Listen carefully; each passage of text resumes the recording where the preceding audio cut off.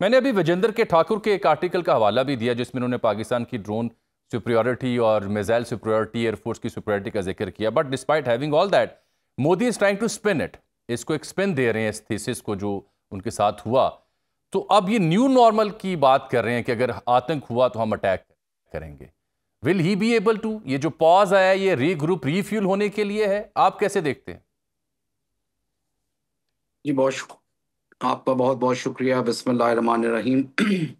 पहले तो आप सबको मुबारक, कौम को मुबारक जो कुछ हुआ है। जी अल्लाह जी, ताला ने उसमें बहुत अल्हम्दुलिल्लाह। इज्जत रखी हम सब की। हम्म। और दूसरा, मैं आप लोगों को भी अप्रिशिएट करना चाहूँगा, मीडिया ने एक बहुत मुस्बत किरदार अदा किया है। हम्म। हमने मीडिया का रोल पुलवामा वाले इंसिडेंट्स में देखा था 2019 में। उसके मुकाबले में मीडिया की प्रोएक्टिवनेस और उनका प्रिएम्प्टिव तरीके से कंडक्ट करना अपने आप को, ये बहुत इंपॉर्टेंट चीज़ है। नैरेटिव की वॉर जो रही उसमें पाकिस्तान ने बहुत अच्छा किरदार अदा किया, और इस दफ़ा पाकिस्तानी मीडिया का मैं बहुत शुक्रगुजार भी हूँ और उनको मुबारकबाद देता हूँ कि उन्होंने जिस तरीके से काउंटर किया है इंडिया के मीडिया को, और जिस मेच्योरिटी के साथ किया है। I think hats off to all of you, और आप सबको बहुत मुबारक हो इस चीज़। शुक्रिया। दूसरी चीज जो देखें, जो मोदी ने डिफरेंट टेक्नोलॉजीज की बात की और फिर अपनी टेक्नोलॉजी को उसने बरतरी बताने की कोशिश की, ये एक नॉर्मल चीज है। हम्म। ये वॉर्स अब जो होती हैं उसमें इंडस्ट्री बड़ी इन्वॉल्व होती है। अब बाकी मुल्क तो लड़ रहे होते हैं, लेकिन आपने देखा कि चाइनीज सिस्टम थे, फ्रेंच सिस्टम था, रशियन सिस्टम था, इजरायली सिस्टम था, और जिसे ये अपनी टेक्नोलॉजी कह रहे हैं वो ब्राह्मोस था, जिसको हम्म। वो थोड़ा बहुत असेंबल करते हैं अपने एरिया में। तो that is what he was trying to address. तो इन तमाम टेक्नोलॉजीज की जब जंग हो रही थी तो उस वक्त इंडस्ट्रीज बड़े गौर से इन्हें देख रही थी। वो मुल्क इस जंग को बहुत गौर से और बड़ी बारीकी से देख रहे थे, और आइंदा आने वाले दिनों में और सालों में इसको बहुत ऑब्जर्व किया जाएगा, और उनकी मार्केट वैल्यू उस पर बहुत डिपेंड करेगी। उनकी एक्सपोर्ट इस जंग पे और इसके जो एक्चुअल रिजल्ट्स हैं उस पर बहुत ज्यादा डिपेंड करेगी। और आपने देखा भी कि किस तरह शेयर्स ऊपर नीचे हुए। चाइनीज के बहुत ऊपर गए, चेंगडू के, और दासू जो है फ्रेंच कंपनी जो राफेल बनाती है, उसके काफी नीचे आए। सो ये एक चीज बहुत जरूरी है समझने की। दूसरी चीज मैं कहूंगा कि उसमें एक एलिमेंट ऑफ फ्रस्ट्रेशन नजर आई। हम्म। देखें जी, अगर तो उसने अपने ऑब्जेक्टिव अचीव कर लिए थे, जिसका उस इनके मिलिट्री कमांडर्स ने भी कहा और इन्होंने भी, मोदी ने भी इसका जिक्र किया, तो पहले दिन के ऑब्जेक्टिव्स के बाद क्या जरूरत थी कि दूसरे दिन ये ड्रोन्स का हमला करते, तीसरे दिन ये मिसाइल मारते, और वो भी पाकिस्तान की बेसिस पे जो बड़े सेंसिटिव टारगेट्स हैं। मसला ये था कि पहले दिन ही इन्होंने ऑब्जेक्टिव्स अपने अचीव नहीं कर सके, बिल्कुल ठीक। और उसके बदले बल्कि इनको 5 जहाज इनके जाया हो गए, जो मेरी अपनी असेसमेंट के मुताबिक शायद जहाजों का नंबर ज्यादा है। नहीं, आप और कह रहे हैं उसमें फिर कि राफेल जहाज जैसी 5 नहीं टेक्नोलॉजी। है, ज्यादा है, 6 है, 7 है? जी, मैं इसको इस तरह से देखता हूं कि अगर आप बहुत इम्पार्शल होके देखें, और आप अगर 2019 का वाकया देखें, तो इन्होंने जो अपने जहाज किए थे उसमें से इन्होंने कहा कि जी पाकिस्तान का भी एक F-16 मारा गया है, और उसे क्लेम करके हाँ। इन्होंने अभिनंदन को वीर चक्र दिया, हाईएस्ट अवार्ड दिया, और जबकि उसने कभी भी नहीं इस चीज का एतराफ किया कि उसने कोई F-16 मारा है।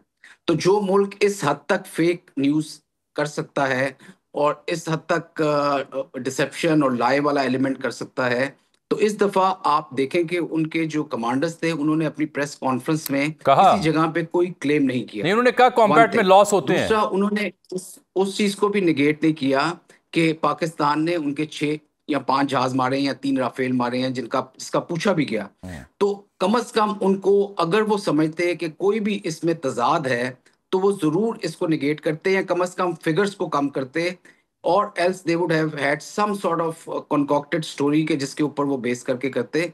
तो उनकी एक जो साइलेंस था, that is an acceptance hmm. Of कि जो पाकिस्तान ने क्लेम किया है वो है। इसका जाती तौर पे मैं समझता हूँ कि क्लेम ज्यादा भी हो सकता है, क्योंकि जिस तरह की डेंस इन्वायरमेंट थी, ये तो वो क्लेम था जो पाकिस्तान ने खुद किया।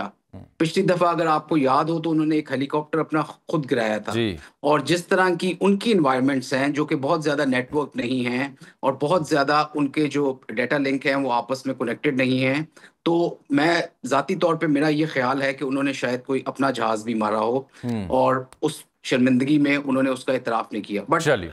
बिसाइड दैट पॉइंट, मेरा मकसद कहने का ये है कि राफेल का एक भी अगर राफेल जो है उनका मारा गया है तो ये एक बहुत बड़ा धचका है एग्जैक्टली, इंडिया की एग्जैक्टली, सुप्रीमेसी पे। India very true. के जो सेंटर ऑफ ग्रेविटी था अब उनकी वो एयरफोर्स राफेल का, था, राफेल वो था, एस फोर इम्बैलेंस हंड्रेड हुआ। था, बिल्कुल ठीक। आमिर मसूद साहब, ये तासुर दुरुस्त है कि जब पाकिस्तान ने ये 5 तैयारे गिराए तो उसके बाद दोबारा कभी राफेल नहीं उड़े, दीगर जहाज जरूर उड़े, उन्होंने सरहद से कई सौ मील दूर ले गए वो राफेल को।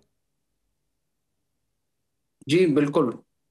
ये एक हकीकत है कि उसके बाद राफेल नजर नहीं आए, हवा में नजर नहीं आए। हाँ। और इनको ये पिछली बेसिस पे ले गए ताकि उसका एक तरह से उसका डिफेंस किया जा सके और हम्म, उसको उसकी फर्दर एम्प्लॉयमेंट जो है हम्म, वो हकीकी तौर पे नजर नहीं आई। हम्म, और ये एक एडवांटेज होता है दूसरी एयरफोर्स के लिए कि अगर उनके जो इस तरह के हाईटेक और जो जिसको आप सेंटर ऑफ ग्रेविटी कह सकते हैं वो हम्म, तैयारे अगर एक डिफेंसिव मोड में चले जाएं, उनको पीछे ले जाया जाए, तो you have the liberty to, मतलब आपके पास एक किस्म का कंट्रोल ऑफ एयर आ जाता है। हम्म, और आप अपने जितने भी ऑपरेशंस हैं वो काफ़ी फ्रीडम के साथ कर सकते हैं। बिल्कुल ठीक। तो ये बात आपकी ठीक है बिल्कुल कि अपने सही। तैयारों को प्रोटेक्शन के तौर पे पीछे ठीक। ले गए, या कम से कम उन बेसिस पे ले गए कि जिससे उनको दोबारा से हिट ना परवाज किया में जाए। वो जहाज नजर नहीं आए। बहुत हालांकि शुक्रिया। इन्होंने पहले भी जब जी जी। हमारे जो निशाने बनाए थे टारगेट्स, हाँ। वो अपनी सरहद के अंदर ही रहते हुए बनाए थे। बिल्कुल ठीक, और बिल्कुल ठीक।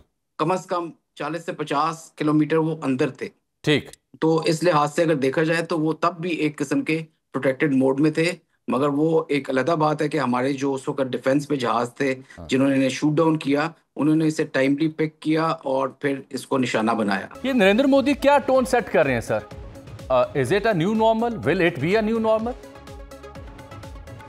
देखिए, पहली बात तो ये है कि आपको थोड़ा समझना होगा कि नरेंद्र मोदी को चाहिए फेस सेविंग। फेस सेविंग किस चीज से चाहिए कि जो उन्होंने हाइप क्रिएट की हुई थी रफाल की, S-400 की, एंड तीसरी इंपॉर्टेंट चीज वो थी कि इंडिया को ये बताना, इंडियंस को ये बताना कि ये नया इंडिया है और इसमें हम किसी से डिक्टेशन नहीं लेते। हुआ क्या कि जो जेडी वैंस ने एक कॉल की और उस कॉल के बाद नरेंद्र मोदी साहब बैठ के और अब जयशंकर को कहा कि इस मसले को हल करें, वो इंडिया के अंदर इस वक्त बहस है। ये जितनी बातें कर रहे हैं कि ये न्यू नॉर्मल है, हम दोबारा पाकिस्तान पे हमला करेंगे, जो आपने वो सोफिया कुरैशी की स्टेटमेंट सुनाई है वो क्या बताती है? वो तो एक ही बात बताती है कि जब 6 घंटे पाकिस्तान ने मिसाइल मारे तो उसके बाद इंडिया की फौज ने कहा कि हम सीज फायर चाहते हैं। तो वो जो पाकिस्तान ने अपनी डिटेरेंस को रिस्टोर किया कन्वेंशनल मिलिट्री कैपेबिलिटी के अंदर, बाकी चीजों में तो हम गए ही नहीं अभी। तो एक तो वो उनको फिक्र पड़ गई कि ये क्या हो गया, अब दुनिया को, अब अपने लोगों को क्या बताना है। ऑपोजिशन पूछ रही है कि हमें क्लैरिफाई करो सीज फायर क्यों किया। परेशानी यह है कि जिस अमेरिका के साथ इनके बहुत अच्छे ताल्लुकात थे वो इनके साथ ही नहीं खड़ा हुआ, और वो अमेरिकन तो कह रहे थे कि हमारा ये इंटरेस्ट ही नहीं है खित्ते में क्या हो रहा है। एंड देन जेडी वैंस साहब फोन करके कहें और इनको अपनी टोन चेंज करनी पड़ जाए। जयशंकर साहब तो इंटरव्यू नहीं दे रहे, और मैं मजे की बात बताऊं तो सबसे बड़ा झूठ बोल रहे हैं। ये झूठ पे आ गए ना, क्या बोला कि जनाब ये जो सीज फायर है ये थर्ड पार्टी ने मीडिएट नहीं करवाया, क्योंकि ये कहते थे कि हम थर्ड पार्टी को बीच में नहीं आने देंगे।